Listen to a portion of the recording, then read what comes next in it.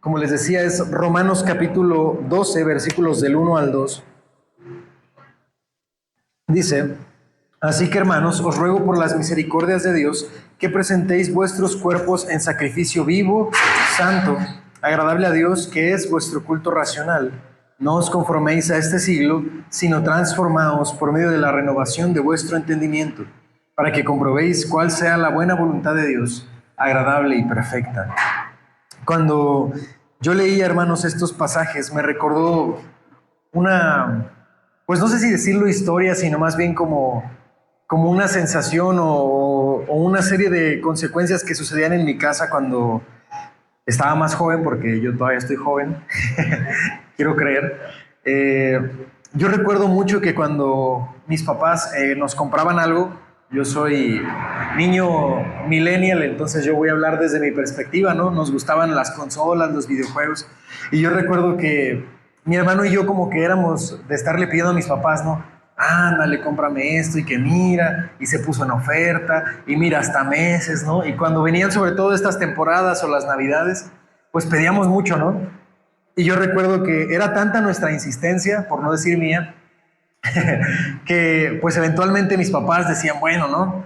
Yo creo que ya de tanta insistencia, pues está bien, te lo voy a comprar. Y recuerdo específicamente una vez, ¿no? Que a mí y a mi hermano nos compraron una consola y yo recuerdo haber ido a la tienda, ¿no? Al comercio donde lo vendían, de traerlo, de estar bien emocionados mi hermano y yo, de llegar, conectar la tele, ¿no? Sacar controles, poner los juegos y estar mi hermano y yo horas, ¿no? Sentados ahí. Pero una digamos, condiciones de haber comprado o que nos regalaran eso, es que mi hermano y yo estábamos comprometidos, ¿no? A hacer ciertas tareas de la casa. Entonces, mi hermano y yo, como sintiendo esa carga de saber que nos habían comprado lo que tanto pedimos, pues teníamos que hacer ciertas cosas, ¿no? Mi mamá llegaba a las 3 de la tarde, entonces mi hermano y yo jugábamos en la mañana, en las vacaciones, y nos decíamos uno al otro, no, oh, ya casi dan las 3:30, ya casi llega mi mamá, pues ponte, ¿no? Y nos poníamos, tú los trastes, yo el patio, yo le limpio al perro, yo hago esto, yo lavo el baño. Entonces llegaba mi mamá y nos veía como soldaditos, ¿no? Ya todo limpio, así formados, casi, camas tendidas. Igual llegaba mi papá por las tardes y le abríamos el cancel, ¿no? ¿Y cómo te fue? No, qué padre, cuántos clientes, ¿no? Y hasta la plática, ¿no? Le sacábamos. Era una señal de saber que lo que has obtenido no es algo que tal vez, no sé si decir merecías en este caso, tal vez nosotros no nos lo habíamos ganado, no éramos tal vez los más disciplinados todo el tiempo, a veces no éramos los hijos más obedientes, a veces yo no era el de las mejores notas, ¿no? Paco puede decir otra cosa, yo no. Entonces era un sentimiento de saber que te habían regalado algo que, pues, que tal vez no te correspondía, ¿no? Entonces nuestra forma de agradecer era hacer esas cosas, era responderle a ellos con acciones que manifestaran el agradecimiento. Y es algo así más o menos lo que Romanos 12 nos enseña en estos dos versículos. Hasta ahora nosotros hemos estado viendo cómo Pablo escribiéndole a Romanos, explica mucha teología. Y hemos adquirido mucho conocimiento, hemos sabido la condición del hombre, la justificación, hemos hablado de la redención, hemos hablado de la santificación. Pero a partir del capítulo 12, Pablo cambia el discurso y empieza a dejar tal vez de hablar un poco de teología y más introducir a una práctica al cristiano. A la luz de todo lo que les acabo de enseñar, voy a explicarles entonces cómo debe de vivirse la vida cristiana. Ese es el corazón que Pablo tiene cuando escribe Romanos 12. Lo entendemos porque el versículo primero comienza diciendo, así que, ese así que es, a pesar de que nosotros no lo leemos separado, lo hemos leído a través de semanas, ya creo que en estas alturas llevamos meses, no sé, 6, 7 meses llevaremos estudiando Romanos o tal vez más. Entonces nosotros tal vez no hilamos las ideas, pero Pablo está escribiéndolo de continuo. Por lo tanto, cuando Pablo termina de escribir el capítulo 11, él continúa hacia el capítulo 12, que para él no estaba eso separado, y él escribe así que. Entonces, ese así que es en consecuencia con todo lo que les acabo de explicar. Esta es la forma en la que vive un cristiano. Eso es lo que persigue a un cristiano. Fíjense que para Pablo escribir el así que o en consecuencia a, Pablo ya nos ha explicado la condición caída del hombre. Pablo comenzó explicándonos eso.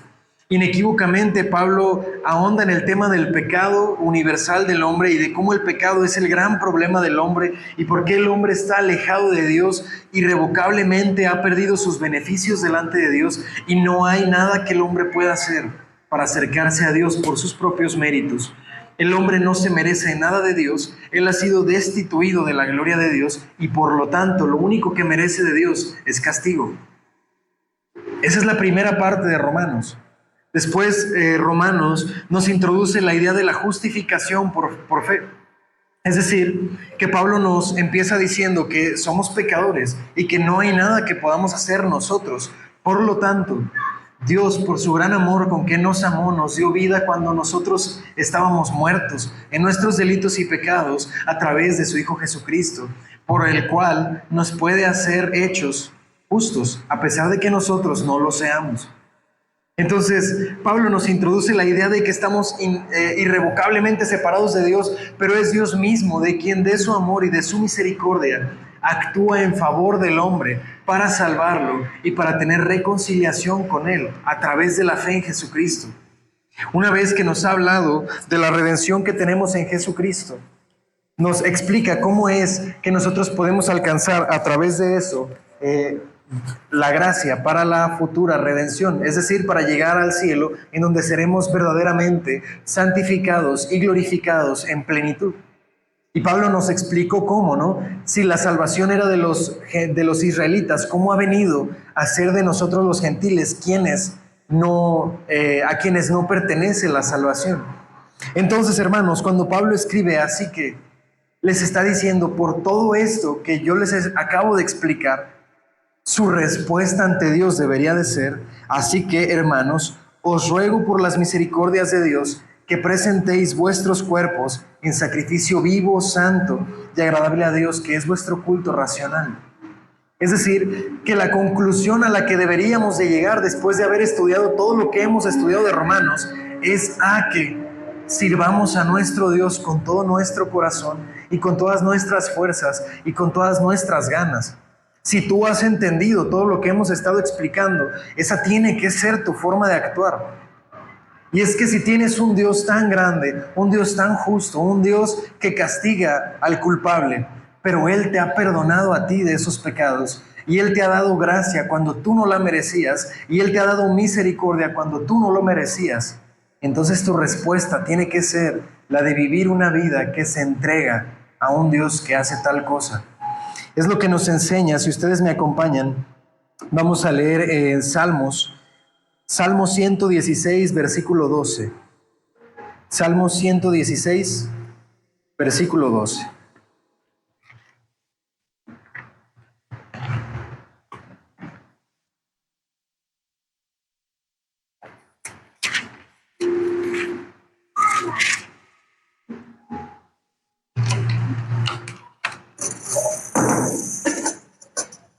Salmo 116, versículo 12. Dice: ¿qué pagaré a Jehová por todos sus beneficios para conmigo? Fíjense que el salmista entiende que Dios le ha dado beneficios, los cuales deben de tener algún costo, los cuales deben de tener alguna forma de respuesta de Él, ¿no? Dice: ¿qué pagaré a Jehová por todos sus beneficios para conmigo? Y dice: tomaré la copa de la salvación e invocaré el nombre de Jehová. Ahora pagaré mis votos a Jehová delante de todo su pueblo. Estimada es a los ojos de Jehová la muerte de sus santos. Oh Jehová, ciertamente yo soy tu siervo, siervo tuyo soy, hijo de tu sierva. Tú has roto mis prisiones. Te ofreceré sacrificio de alabanza e invocaré el nombre de Jehová. A Jehová pagaré ahora mis votos, delante de todo su pueblo, en los atrios de la casa de Jehová, en medio de ti, oh Jerusalén. Aleluya. Fíjense cómo el salmista llega a esa conclusión, ¿no? Como si el salmista hubiera conocido todo lo que Pablo ha explicado en Romanos, porque bien para él no sería tampoco desconocido esto. Y él dice: ¿cómo podré pagar a Dios todos los beneficios que Él ha tenido conmigo? Beneficios que yo no merezco, beneficios que no me corresponden, beneficios que no me debe Dios. Y dice: mi forma, aunque no es un pago, No podemos pagar eso. Es impagable lo que Dios ha hecho por nosotros. Pero Él dice, lo que me lleva a hacer esto es, dice, tomar la copa de la salvación e invocar el nombre del Señor. Y dice, pagaré a Jehová mis votos. Es decir, dedicaré toda mi vida entera a agradecerle a Dios por todo lo que Él ha hecho por mí, a pesar de que yo no lo merezco, a pesar de que yo no, de que Dios a mí no me debe nada. Yo voy a pagarle a Dios con mi obra. Voy a pagarle a Dios con una vida de servicio.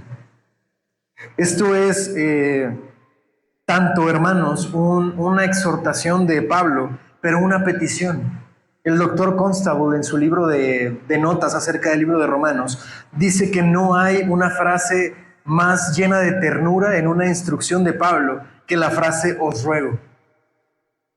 Fíjense que dice, así que hermanos, por todo lo que ya les he explicado, os ruego. Antes Pablo había exhortado a los romanos a hacer esto. De hecho, en el capítulo 6, Pablo dice algo muy similar, que dediquemos nuestros cuerpos, nuestros miembros, no a la impureza, sino a la justicia, que prestemos nuestros miembros al servicio de Dios. Esa era una exhortación. Pero hermanos, aquí Pablo no está exhortando. Es más bien una petición llena de apresuro, como cuando tú le suplicas a una persona no cometer un acto malo, sino que haga algo por él mismo. O sea, como cuando un padre le dice a su hijo, no hagas esto. Tal vez el padre no puede obligarlo, ¿no? Pero él lo dice de una forma tan sentida en su corazón que el hijo entiende que lo que el padre le dice es en serio. Y que lo está pidiendo él por el propio bien de a quien se lo está pidiendo. Esa es la forma de escribir de Pablo. Él no está llamándole la atención a los romanos, él se los está aconsejando desde una posición de ternura, desde una posición de decirle, date cuenta que si tú no haces esto, el que se perjudica eres tú. Date cuenta que el que sale beneficiado de hacer esto, eres tú. Hazlo por tu propio bien. Por eso dice, así que hermanos, os ruego por las misericordias de Dios. ¿A qué se referirá con las misericordias de Dios? Pues todo lo que Dios nos ha demostrado, hermanos, todo lo que ya ha dicho. La misericordia y la gracia son dos cosas que se contrastan muy bien en la Escritura. Mientras que la gracia es el favor inmerecido, es que recibes aquello que no mereces. La misericordia de Dios es que no mereces, que no te pagan aquello que sí te mereces. Es decir, Pablo aquí está diciendo, les ruego por las misericordias de Dios, les está diciendo, les ruego por todo aquello que ustedes saben que se merecían de Dios y que Dios no se los dio. Y no estoy hablando de cosas buenas, estoy hablando de cosas terribles para nuestra humanidad, cosas terribles que el hombre se había ganado de Dios. El hombre, ya dijimos, que no se merece las cosas buenas de Dios. Y me refiero con las cosas buenas a las bendiciones. El hombre de Dios se merece el justo castigo. El hombre de Dios se merece la destrucción. Se merece que Dios lo borre de la existencia para siempre. Por eso Pablo dice, les ruego por eso. Porque ya ustedes han entendido que todo lo que han hecho hasta ahora no ha sido prudente, no ha sido bueno, no ha glorificado a Dios, pero Dios no les ha dado lo que ustedes se merecen. Y por eso les ruego que presenten sus cuerpos en sacrificio vivo, santo y agradable a Dios. Cuando dice, hermanos, que presentemos nuestros cuerpos, aquí utiliza un tiempo continuo. Hay quienes han entendido este versículo, el de presentar, que en hebreo es como un tiempo definitivo, es decir, que es una forma de escribir como de que lo presentaste una vez y ya, con esa fue suficiente. Pero realmente, hermanos, en el sentido en el que Pablo está escribiendo todo el capítulo 12, es algo que nos demanda un servicio continuo. Es decir, cuando dice que presentes tu cuerpo, está hablando de continuamente. Esto debe de ser algo que tú haces continuamente. Continuamente tú tienes que pensar que Dios no te ha dado lo que te mereces. Y te ha dado aquello que no mereces. Y eso te debe de llevar a presentar a Dios tus votos, dice el salmista, ¿no? ¿Cómo pagaré a Dios sus beneficios? invocaré su nombre y cumpliré con mis votos. Es lo que el apóstol Pablo aquí está escribiendo. Que presentes tus cuerpos en sacrificio vivo significa que tú constantemente, conscientemente, dediques tu vida a Dios. De hecho, cuando dice en tu cuerpo como sacrificio vivo, está recordándole a los israelitas, está recordándole a los israelitas la forma en la que se sacrificaban los animales. Los animales, hermanos, eran sacrificados, se degollaban, se dejaba que su sangre se derramara sobre el altar, se cortaba en pedazos, se ponían sobre el altar y se le prendía fuego. Y de esa manera aquel que presentaba el sacrificio no podría reclamar la víctima. Aquel animal que había sido sacrificado era consumido por el fuego hasta que no quedaba nada.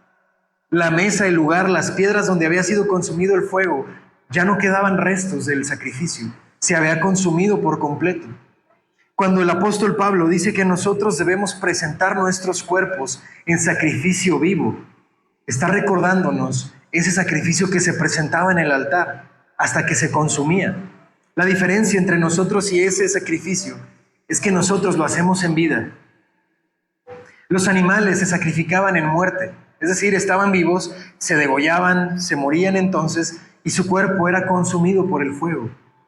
Pero cuando Pablo nos dice que nosotros debemos de presentarnos en un sacrificio vivo, es que nuestra vida, hermanos, debe de consumirse.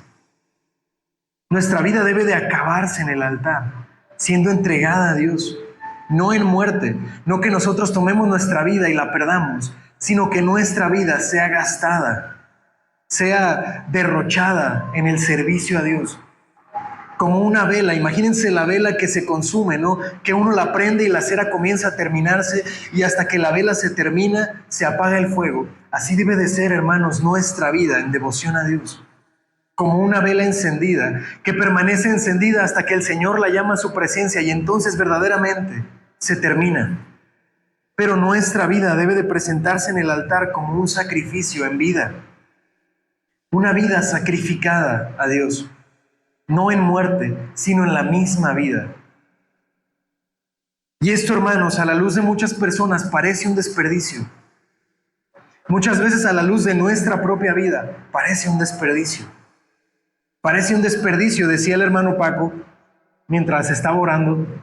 Yo meditaba en lo que él decía y hasta parece imprudente, ¿no? Decir lo que él dijo. No estoy diciendo que lo dijera, sino que para una persona de afuera puede parecer una tontería, una imprudencia. El hermano Ismael oraba diciendo: Señor, nuestro fin último no es tener un estatus alto en este mundo. Nuestro fin en este mundo no es hacernos de propiedades. Nuestro fin en este mundo no es hacer una marca en la historia de la humanidad, creando y haciendo grandes cosas por la sociedad. Ese no es el fin del cristiano. Pero si yo soy una persona del mundo, eso para mí me parece una locura. ¿No es lo que deberías de estar persiguiendo? ¿O lo que el mundo enseña que deberías de estar persiguiendo?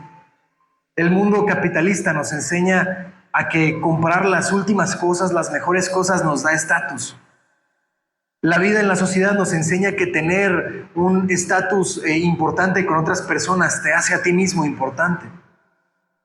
El estudio en las carreras, en las universidades, les enseña a los jóvenes a que tienen que aspirar a ser siempre el mejor. Eso básicamente es el sistema de competencias, que tú intentes siempre ser el mejor y que no haya nadie igual a ti. Pero para el cristiano, hermanos, este no es el fin para el cual está aquí. Su vida tiene que ser derramada sobre el altar. Su vida tiene que ser derrochada sobre el altar de Dios. Y su vida debe de ser un sacrificio para Dios. No una vida aprovechada para el mundo, una vida aprovechada para Dios, para el servicio que le presta a Dios. Por eso dice que es un sacrificio. El sacrificio, hermanos, es desde una perspectiva un desperdicio. El animal que se sacrificaba no se lo comía nadie. No se lo comía la familia, ¿verdad? Había otro tipo de sacrificios en el que la familia sí podía acceder a cierta parte de la carne, en el que los sacerdotes podían comer algo. Pero el sacrificio, hermanos, por definición, no es algo que se aprovecha. Cuando uno presentaba esas primicias, mi familia no las va a utilizar. Yo no le voy a sacar provecho a eso, pero se lo entrego a Dios para el beneficio del templo, para el beneficio del reino de Dios. Cuando Pablo dice que nuestro cuerpo es un sacrificio vivo, hermanos, para nosotros muchas veces va a parecer un desperdicio. ¿No es un desperdicio de tiempo desde una perspectiva venir los domingos? Hay quien te puede decir, deberías de estar haciendo algo mejor.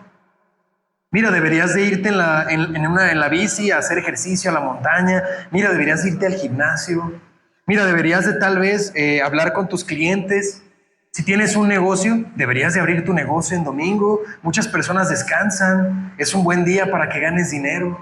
Oye, deberías de aprovechar para ir con tu familia de retiro, de irte a la playa, a irte al bosque, a hacer un picnic. Pero ir a la iglesia parece un desperdicio. Pero hermanos, por eso es un sacrificio, porque el beneficio último, no busco que sea el mío, busco que el beneficio último sea el reino de Dios, que el reino de Dios sea más grande, que le sirva al templo, que le sirva a la iglesia, que le sirva a otras personas, que yo le sirva a Dios de algo, no a mí mismo, sino a Dios. Y eso, hermanos, lo convierte en un sacrificio. Tu vida entonces, si has entendido todo Romanos, te voy a explicar una cosa. La conclusión a la que debería de llevarte todo eso es a saber que estás en deuda. Una deuda impagable, pero una deuda al fin de cuentas. Si tú has entendido todo lo que Dios ha hecho por ti, entonces tienes que entender que le estás en deuda. Que Él es un Dios muy grande y muy misericordioso y que ha hecho tantas cosas por ti. Y si tú no devuelves, no pagarlo porque no puedes, pero si tú no intentas devolver eso que tú recibes, entonces estás mal. Entonces no has entendido de lo que hablamos. No has entendido lo que Dios hizo por ti, porque si lo entiendes, entonces sabes que estás en deuda. Dice que presenten vuestros cuerpos en sacrificio vivo, santo y agradable a Dios. Y es que, hermanos, una vida sacrificada a Dios es una vida que busca la santidad.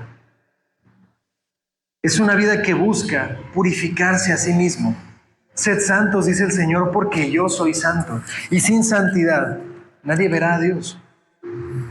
Entonces, hermanos, se convierte en una cosa fundamental que el cristiano presente su cuerpo al servicio de Dios buscando constantemente ser santo. Santificarse a sí mismo, santificar su vida, santificar aquellas cosas que hace, aquellas cosas que habla, aquellas cosas que escucha. Porque entonces, hermanos, ese es el único sacrificio que realmente agrada a Dios. No es el sacrificio económico al fin de cuentas. Si tú crees que dando el diezmo ya agradaste a Dios, te equivocas. Si tú crees que viniendo nada más el domingo ya agradas a Dios, te equivocas. Si tú crees que haciendo el bien a alguien más, o que dándole dinero a los niños, o que dándole comida a los pobres, o que atendiendo a otras cosas que no sean eso, estás agradando a Dios, o que ese es tu sacrificio, te estás equivocando. Y esos sacrificios no agradan a Dios. No agradan a Dios porque no vienen desde la perspectiva correcta. Pensar que así le pagamos a Dios algo no es correcto. La forma en la que nosotros, hermanos, podemos agradar a Dios es presentándonos de todo nuestro ser y de todo nuestro corazón en un sacrificio vivo y santo. Eso tal vez te va a llevar a darle de comer a los pobres. Eso te va a llevar a darle de dinero a los pobres, a los niños. Eso te va a llevar a servir el domingo a la iglesia. Eso te va a llevar a predicarle a otros. Eso te va a llevar a dar el diezmo. Pero son razones muy diferentes. Uno piensa que haciendo cosas agrada a Dios y el otro entiende que tiene que entregarse primero a Dios en santidad y que todas las otras cosas van a comenzar a nacer de un corazón que busca santidad. ¿Sí se dan cuenta la diferencia?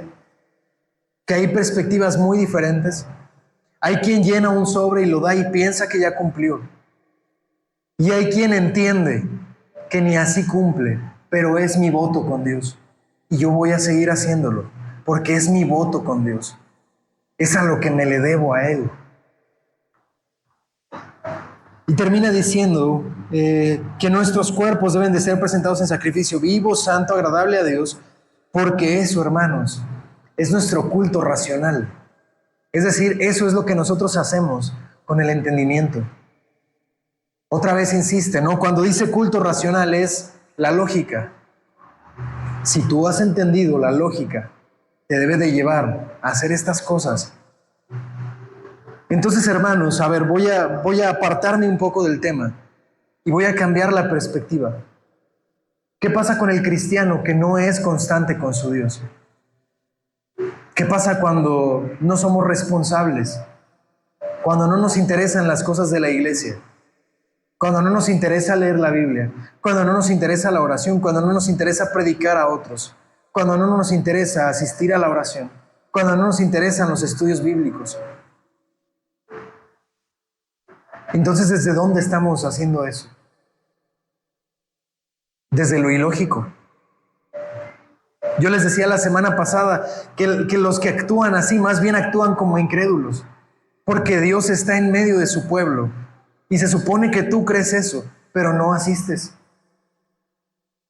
Se supone que tú sabes que Dios bendice a aquellos a los que le sirven. ¿Y por qué no lo haces? Por eso Pablo dice que este es el culto racional, el que se hace con el entendimiento, el que entiende. Es el que ha llegado a la conclusión lógica.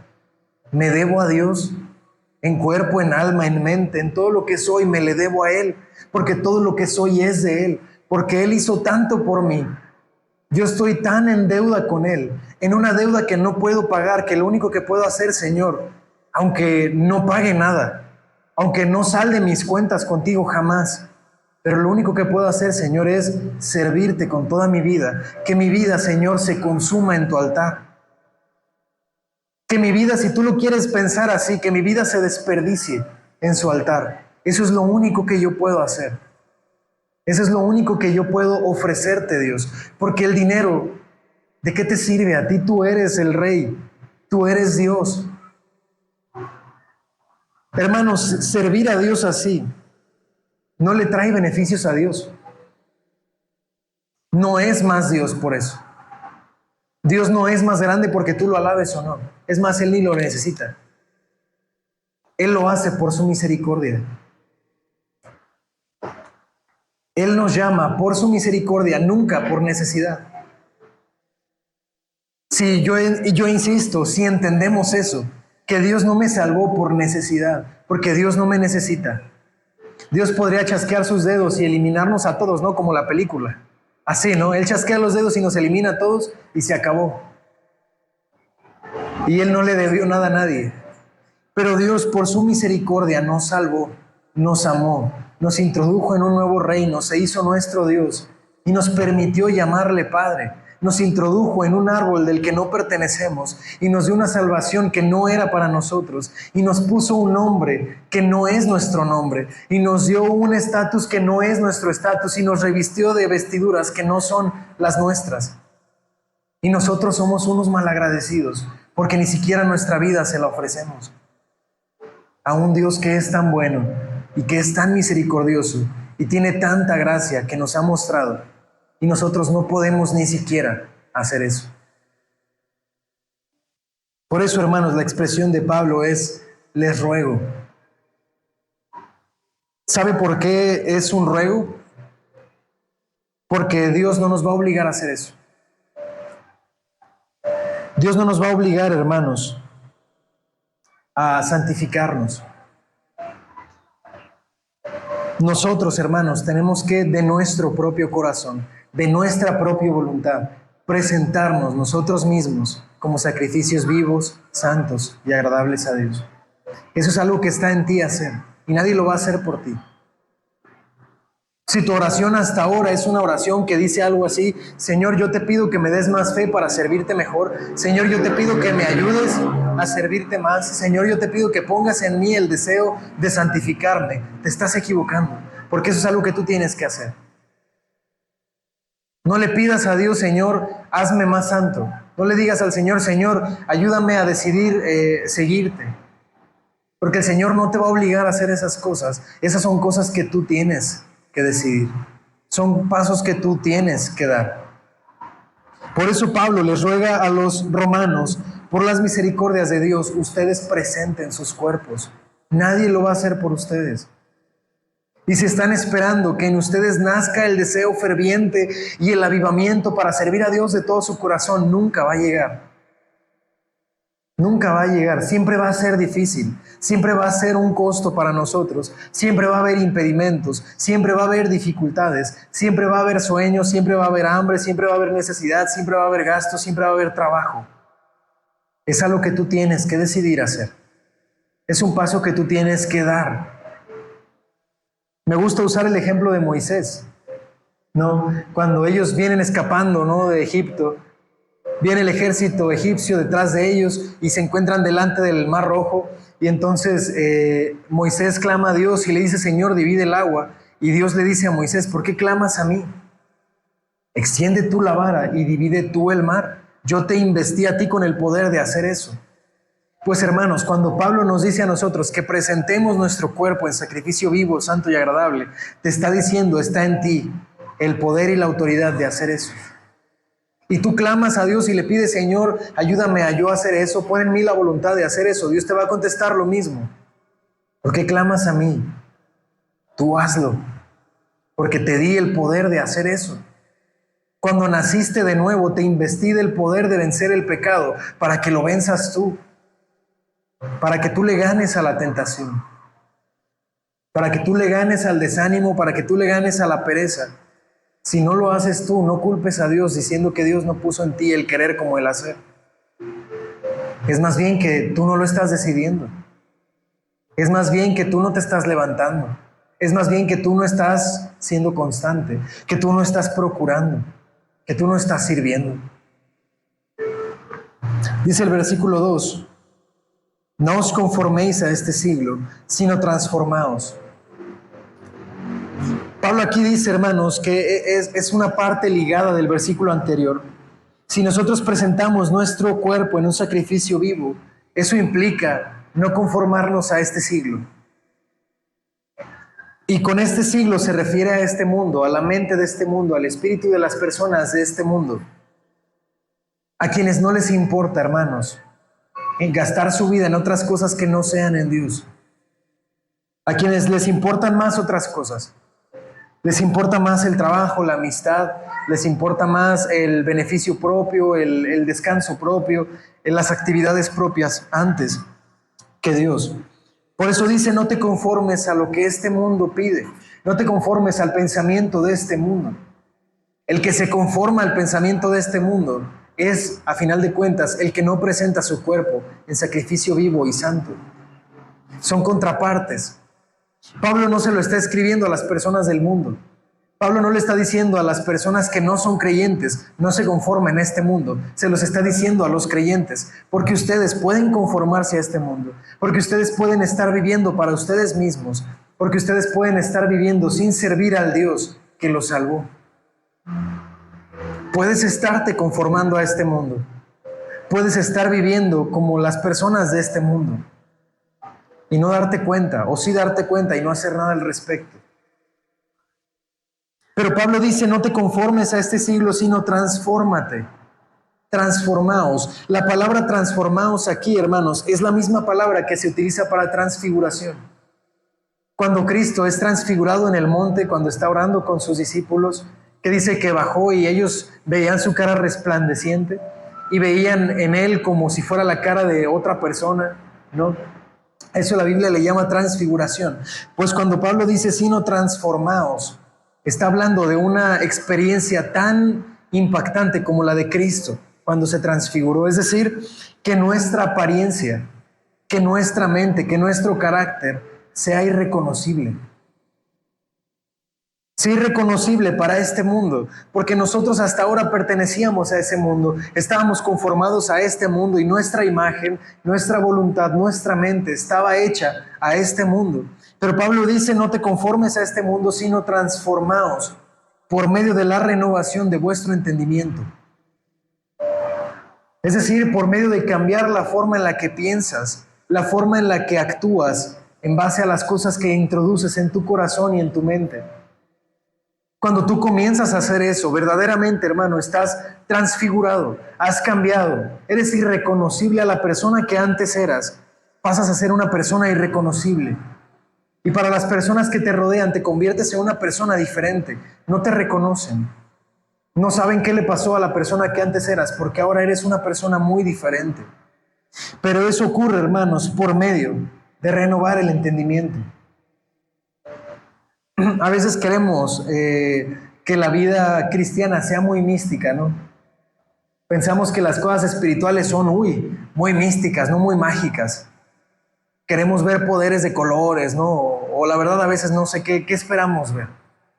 Pero hermanos, lo que nos está diciendo es que la transformación de la vida cristiana ocurre en nuestra mente, no en un poder místico, no en que alguien te imponga las manos y te desmayes, no en que alguien te aviente poderes desde el púlpito, no en todos llorar ahorita, ¿no? Y clamar y suplicar. Ahí no está el cambio. El cambio ocurre en la mente. Dice, transformaos por medio de renovar su entendimiento.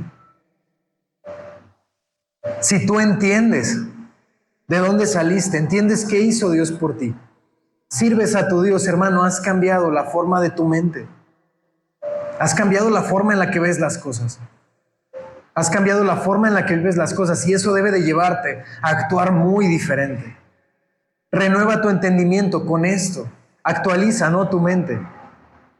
Tal vez antes pensabas que era tu vida, tú decidías, nadie me puede juzgar, es mi vida, ¿no? Yo sabré qué hago. Así piensan las personas del mundo. Pero cuando tú entiendes lo que Dios hizo por ti, cuando tú sabes lo que Dios no te dio, que merecías, y entiendes que Dios te dio una gracia que no merecías, y que Él ha hecho tantas cosas por ti, entonces cambia la forma en la que percibes el mundo, y ya no eres tú de ti mismo, ya no te perteneces. Ya le dices al Señor, Señor, yo te pertenezco a ti, heme aquí, yo soy tu siervo, envíame a mí, Señor. ¿Qué puedo hacer, Padre? Mis manos están listas, tú enséñame, tú adiéstrame para tu obra. ¿Qué hago? ¿Dónde sirvo? ¿Dónde hay necesidad, Padre? Llévame a la necesidad. Señor, yo quiero servirte. ¿Te fijas cómo el entendimiento, si tú lo transformas, entonces verdaderamente eres otra persona? No se trata de poderes místicos, se trata de entendimiento, de que lo comprendas en tu corazón y en tu mente, y eso te va a llevar a vivir diferente. Dice, transformaos por medio de la renovación de vuestro entendimiento, y haciendo esto, hermano, dice, comprobaréis cuál es la buena voluntad de Dios, agradable y perfecta. A final de cuentas, hermanos, nosotros le prestamos a Dios un servicio, nosotros derramamos nuestra vida sobre el altar, pero eso, hermanos, a quienes beneficia es a nosotros. Dios nos demanda la oración. ¿Sabe por qué? Porque es lo mejor para nosotros. Dios nos demanda que alabemos su nombre a través de cantar. ¿Por qué? ¿Porque Dios lo necesita? No, porque nosotros lo necesitamos. Dios nos demanda pertenecer a una iglesia, comprometernos, servir en la iglesia, traer a otras personas a Cristo. ¿Porque Él lo necesita? No, porque tú lo necesitas. Porque eso le trae bendición a tu propia vida, porque eso le hace bien a tu propia alma, eso te trae bendiciones a ti. Dios no te necesita. Dios no necesita más personas que crean en Él. Dios no necesita más personas que alaben su nombre. Dios no necesita que invoquemos su nombre. Son cosas que nos traen bendiciones a nosotros. Es lo que Pablo dice. Cuando tú transformas tu entendimiento, entonces eres renovado en todo tu ser y eso te va a comprobar cuál es la buena voluntad de Dios. ¿Y para qué sirve eso, hermano? ¿Para qué sirve comprobar la buena voluntad de Dios? Pues si tú entiendes la voluntad de Dios, hermano, entonces eres feliz. Entonces has encontrado la plenitud. Porque no importa lo que pase, si tú sabes qué es la voluntad de Dios y en eso encuentras gozo y plenitud, no importan las circunstancias, tú estás confiado en que es la voluntad de Dios y que no pasa nada. Estás seguro en los brazos de Dios. Pero a veces pensamos en Dios como campanita, ¿no? ¿Sí vieron la película de Peter Pan? No, me imagino. A campanita tenías que creer en ella, ¿no? Si no, no tenía poder. Peter Pan tenía que creer en ella, si no desaparecía y se ponía toda débil y ya no podía tener poderes mágicos. Y a veces, hermanos, suena risa, pero a veces así pensamos de Dios. Si yo no creo en Dios, pues le quito sus poderes, ¿no? Él necesita, ¿no?, que yo crea en Él. Bueno, voy a ir a la iglesia para cumplir porque pobrecito necesita que vaya, ¿no? Pobrecito, mira, necesita que creamos en Él. No, hermano. Los que necesitamos somos nosotros. Los que necesitan saber la voluntad de Dios, comprobarla en sus vidas, los que necesitan trazar un camino para que les vaya bien en la vida, es a nosotros. Pero todo, hermanos, parte de entender qué hizo Él por ti, entender primero quién eres, qué hizo Él por ti y en qué te ha convertido. Y si entiendes eso, va a cambiar la forma en la que percibes el mundo, por lo tanto la forma en la que actúas. Y cuando eso comience a pasar en tu vida, hermano, vas a vivir más confiadamente, pues vas a saber que el Señor, que está sucediendo aquello que el Señor quiere, aquello que es su voluntad. A veces mi esposa y yo tenemos esas dudas, ¿no? No sabemos si es la voluntad de Dios esto o aquello, entonces tenemos que regresarnos a eso. Tenemos que regresarnos a entender quiénes somos, cuáles son nuestras prioridades, y entonces el camino se aclara y ya sabemos, bueno, entonces no tiene que ser por ahí. Hace algún tiempo estábamos así con el trabajo, ¿no? Y lo pusimos en manos del Señor y Él manifestó su voluntad y ahora me dio algo para mí que yo mucho tiempo pedí a lo mejor y esperé conseguir por otros medios que no eran a través de la oración. Pero cuando lo entregamos en manos del Señor, Él lo acomodó y Él lo resolvió. ¿Y sabe a quién le trajo beneficios? A mí. No hice más grande a Dios, pero Él me dio más bendición a mí. Cuando yo cambié la forma en la que pensé, la forma en la que entendí, y por lo tanto, hermanos, la forma en la que actué. Queremos, hermanos, o quieren que el contexto de sus vidas cambie, entonces todo parte de que entiendan y que ese entendimiento los lleve a cambiar la forma en la que sirven a Dios. Salmo 116 dice eso, ¿no? ¿Cómo le pagaré a Dios todos los beneficios que Él me dio? Invocando su nombre y presentando mis votos a Jehová. Amén. Vamos a orar.